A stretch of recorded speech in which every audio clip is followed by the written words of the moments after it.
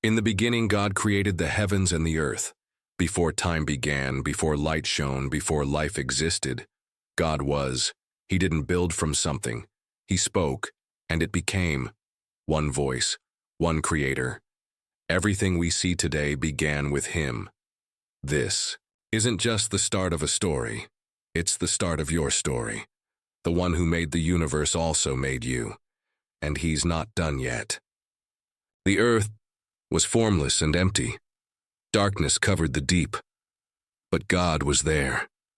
His Spirit, hovering over the waters, silent, watching, waiting. Then God spoke, "Let there be light." And just like that, light pierced the darkness. Brilliant, pure, alive, God saw the light and He said, "It is good." That was the first day, the beginning of time, the beginning of hope. God named the light day and the darkness night. Evening came, morning followed, the first day was complete. Then God said, "Let there be a space to separate the waters." And He made the expanse, a vast dome dividing the waters above. From the waters below, He called the expanse heaven. Evening came, morning followed, the second day. Then God said, "Let the waters under the heavens be gathered together in one place, and let dry land appear." And it was so. The waters moved.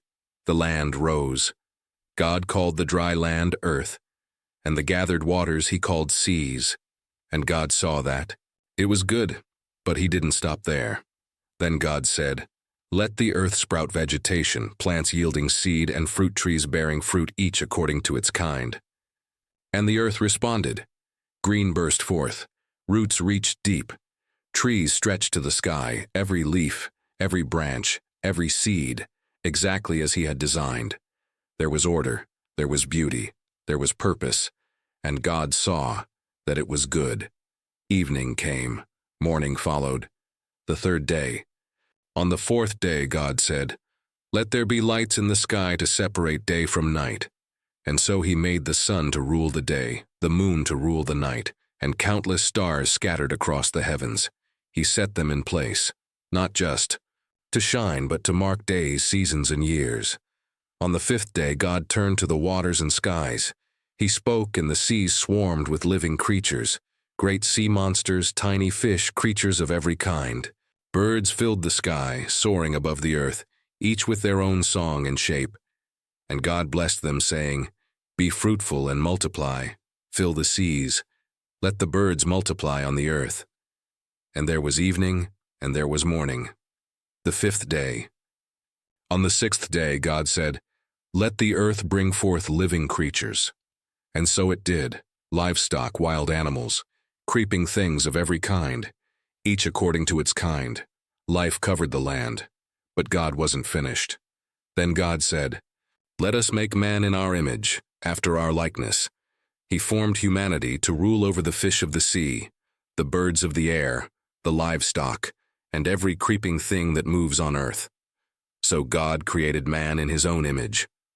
Male and female He created them, not just to exist, but to reflect His nature. And God blessed them. "Be fruitful and multiply. Fill the earth and subdue it. Rule over every living creature." God gave them every seed-bearing plant, every tree with fruit for food. And God saw all that He had made, and it was very good. Evening came and morning followed, the sixth day. In the beginning God spoke, and light shattered the darkness. He formed the skies, the seas, and the land. He filled them with stars, birds, fish, and wild creatures. Each day He shaped what was formless, and called it good. On the sixth day He made us, in His image, to reflect His glory. And then on the seventh day He rested, not because He was weary, but because His work was complete, perfect in every way. He blessed that day. He made it holy. A rhythm of rest was written into creation itself.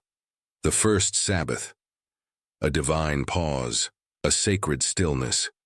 The story of creation ends not in noise, but in peace.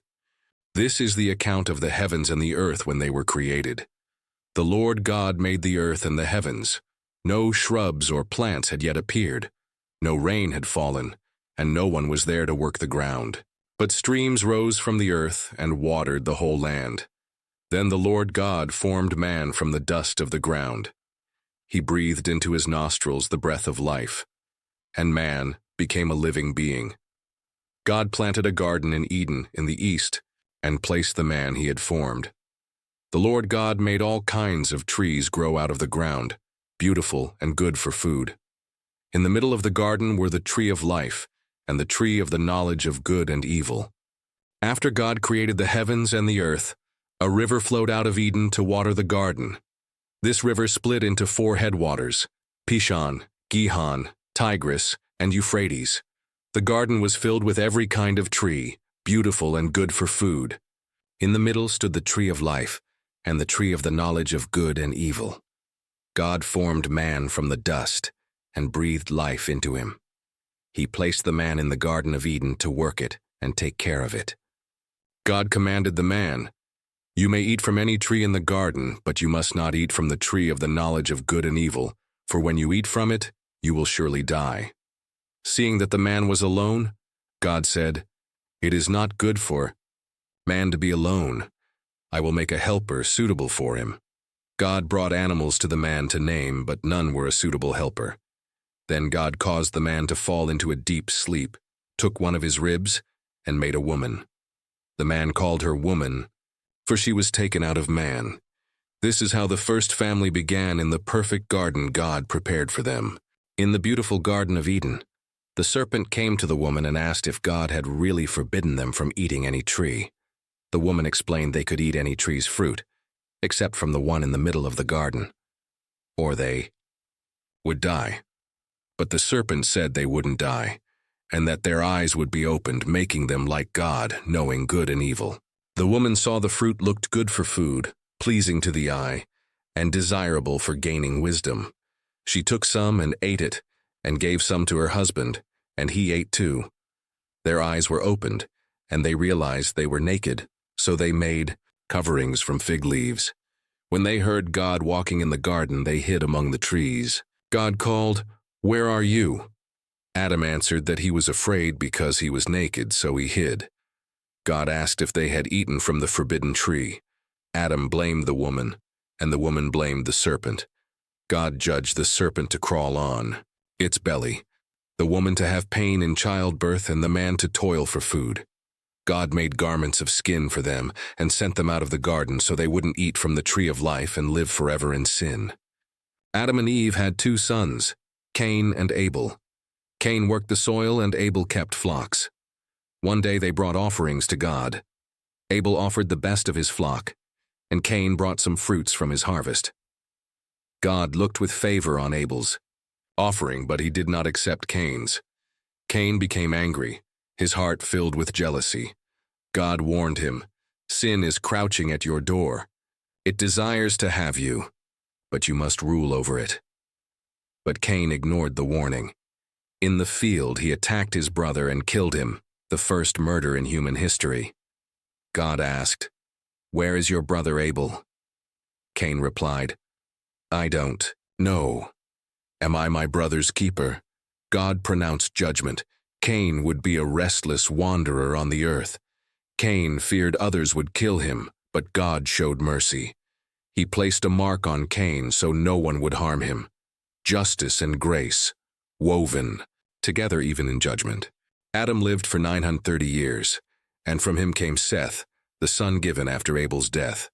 Seth's line grew as Enosh was born, and people began to call on the name of the Lord. From Enosh came Kenan, then Mahalalel, and Jared. Jared's son was Enoch, a man who walked faithfully with God. Unlike the others, Enoch did not face death. God took him away. This was a sign of God's favor. The line continued through Methuselah, the man who lived longer than anyone, 969 years.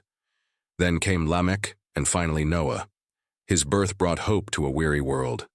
Noah would be the one through whom God would bring a new beginning. From Adam to Noah, generation after generation, the story of humanity continued, waiting for God's plan to unfold.